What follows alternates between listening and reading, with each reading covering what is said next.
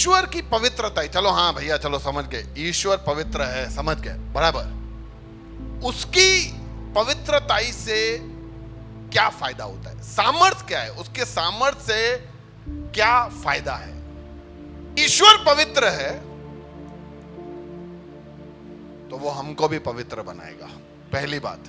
क्योंकि ईश्वर पवित्र है तो वो हमको भी पवित्र बनाएगा। आप सोच के देखो यार, इस संसार में आप दान करने से, पुण्य करने से, चींटियों को खाना खिलाने से, गाय को घास खिलाने से, गरीबों को लंगर खिलाने से आप पवित्र नहीं बनने वाले। अच्छा, अगर आप ये करते हो तो ऐसा नहीं कल से बंद कर दो, चालू रखो, अच्छा काम है करने का। लेकिन ये सब करने से हम अच्छे व्यक्ति बन सकते हैं, हम पाप नहीं हमारा मिटा सकते। पर जब तक ईश्वर के साथ हमारा मुठभेड़ नहीं होता, वो राजा मिडास की तरह जैसे ही वो हमको छूता है, हमारे अंदर से पाप निकलना शुरू हो जाता है। वो बाथटब देखा है, बाथटब पूरा भरा हुआ होता है, खाली करना हो तो क्या करने का, अंदर जो नॉब होता है उसको निकाल देने का। तो जब ईश्वर के साथ मुठभेड़ होता है ना, तो कुछ इस तरह से ही हो जाता है। वो ईश्वर हमारे अंदर से वो नॉब निकाल देता है या खोल देता है, और स्लोली धीरे धीरे धीरे धीरे करके पूरा पाप रोजाना बाहर जाता है। और दिन प्रतिदिन हम पवित्रताई में बढ़ते जाते हैं और पाप में हम घटते जाते हैं। हम बहुत बार ये कोशिश करते हैं कि हम हमारे हिसाब से पवित्र बने, हमारी मेहनत से पवित्र बने, लेकिन संभव ही नहीं है कि हम हमारी मेहनत से पवित्र बन सकते हैं। कैसे बनेंगे? हम हमारी मेहनत से सिर्फ अच्छे बन सकते हैं, पवित्र नहीं। भैया, नदी में डुबकी लगाने से पहली बात तो ऐसा होता नहीं है। इंसान पाप आत्मा से करता है, मन से करता है। आत्मा अगर समझ नहीं आता तो मन से। इंसान पाप मन से करता है, और पानी शरीर को धोता है, मन को नहीं। आप नहा के आए तो आपका शरीर धुला है, मन थोड़ी धुला।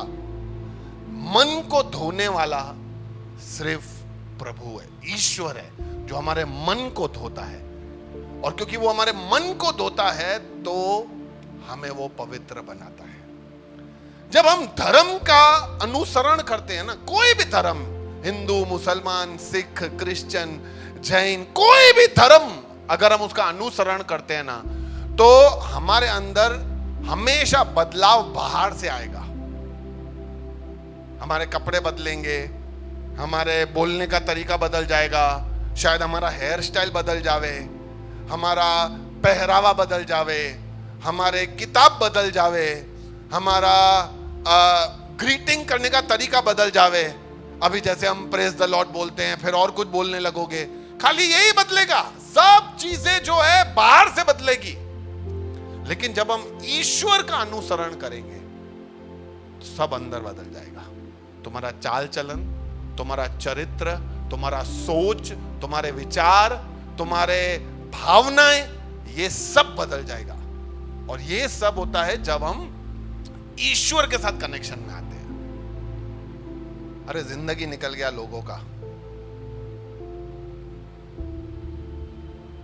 लेकिन वो ईश्वर से रिश्ता नहीं रखना चाहते। मैं बीच में चांडू अंकल को समझा रहा था कि अंकल आपका एज कितना है? 70, मेरे ख्याल से 70 प्लस एज है। तो मैंने बोला आप देखो ईश्वर कितना मेहरबान है कि 70 साल तक आपने उनका अनुसरण नहीं किया, लेकिन वो राह देखता रहा कि नहीं एक दिन तो मेरा बेटा आएगा, मैं उसको एक मौका तो दूंगा ही। उसने 70 साल तक मौका ही दिया। आज भी ईश्वर हम सबको मौका देके बैठा है। वो चाहे हमारे काम इतने बुरे हैं ना कि कल खत्म कर दे वो हमको, इतने बुरे हैं अपने, लेकिन वो हमको मौका देके बैठा है। वो हम सबको मौका दे रहा है कि हम सुधर जाए, अच्छे नहीं, हम पवित्र बनने का कोशिश करें, उसके साथ एक रिश्ते में आए। इसीलिए क्योंकि हमें समझना चाहिए कि हम बिना पवित्रताई के ईश्वर के साथ नहीं मिल सकते। और थोड़ा बेहतर समझाता हूं क्यों हम ईश्वर के साथ नहीं मिल सकते। आपने वो पिक्चर देखी है, द बर्निंग ट्रेन? देखिए ना, उसमें लास्ट में वो आग में से बचाने के लिए वो 3 हीरो जाते हैं, तो क्या पहन के जाते हैं? Fire suit. ये फायर सूट क्या है? हाँ, ये आग से बचाएगा। लेकिन यही फायर सूट आप पहन के सूरज के अंदर जा सकते हो? हाँ, पक्का नहीं जा सकते। अच्छा, सूरज के अंदर जाने के लिए कौन सा सूट पहन के जाओगे? कोई सूट काम में नहीं आएगा। कोई सूट बना ही नहीं है ऐसा। क्योंकि इस संसार में जितने भी धातु हैं, कुछ भी बनाओ, वो सब पिघल जाते हैं। वो सूरज के अंदर इतना पावर है, इतना गर्म है वो, कि उसके आगे कुछ चीज टिक नहीं सकता। तो आप सोचो, जब हम सूरज के आगे नहीं जा पाते, तो सूरज को बनाने वाला खुदा जो इतना पवित्र है, हम उसके आगे जाएंगे? कैसे जाएंगे? तुरंत करके ऐसे घूम, हम उसके आगे खड़े नहीं रह सकते। वो इतना सामर्थ्य और इतना पवित्र है। हमारे अंदर ज्यादा ताकत है कि स्वर्गदूतों में? हाँ, हमारा मन अच्छा है कि स्वर्गदूतों का? लेकिन फिर भी वो स्वर्गदूत अपने 2 परों से आंखों को, 2 परों से पैरों को और 2 पर से उड़ते हुए निरंतर एक ही चीज गा रहे हैं कि परमेश्वर पवित्र पवित्र पवित्र है। वो इतना पवित्र है। और हम ऐसे ही पाप वाप लेके उसके आगे बोलेंगे, यीशु हाथ दे, मेरे को आने का है। अरे ऐसे कैसे?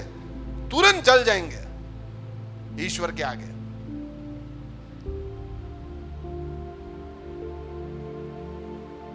इसीलिए ईश्वर की पवित्रता का सामर्थ्य यह है कि जब हम उसके साथ मुठभेड़ में आते हैं, तो वो हमें पवित्र बना देता है। सूरज के सामने एक और सूरज रखें तो जला पाएगा? नहीं, दोनों साथ में आ जाएंगे। वैसे ही जब हम पवित्र बनते हैं, तो हम ईश्वर के साथ रिश्ता रखने पाएंगे, उसके हुजूरी में जा सकते हैं। दूसरा फायदा यह है, ईश्वर के पवित्रता का सामर्थ्य यह है कि वो हमारे सारे रिश्तों को पवित्र बना देता है यार। हमारे वैवाहिक जिंदगी को पवित्र बना देता है। आज देखो, हर किसी के लफड़े लगे पड़े हैं। हर पति का लफड़ा है, हर पत्नी का लफड़ा है, ऐसा रिसर्च बताता है कि 90% पुरुषों का लफड़ा है। और ऐसे सब रिसर्च पढ़ पढ़ के पुरुषों को लगता है 90% कर रहे हैं, तो मैं किधर हूं? मैं भी करूंगा, गलत करूंगा। लेकिन जब हम ईश्वर की संगति में आते हैं ना, तो हमारे रिश्ते को भी पवित्र बना देता है। हमारे रिश्तों के अंदर पवित्रता ला देता है, यूनिकनेस ला देता है। कितने लोग ऐसा यहां बोल सकते हैं कि मैं ईश्वर को जाना, उसके बाद मेरा मैरिज लाइफ सुधर गया? नहीं, मेरा तो सुधरा है जबरदस्त। मेरा बच्चों को पालने का तरीका सुधर गया है। बच्चों को कैसे पालने का, कैसे हैंडल करने का। मेरे पापा की तरह होता तो बराबर का धो देता अभी तक उनको। यानी समझ गया ना?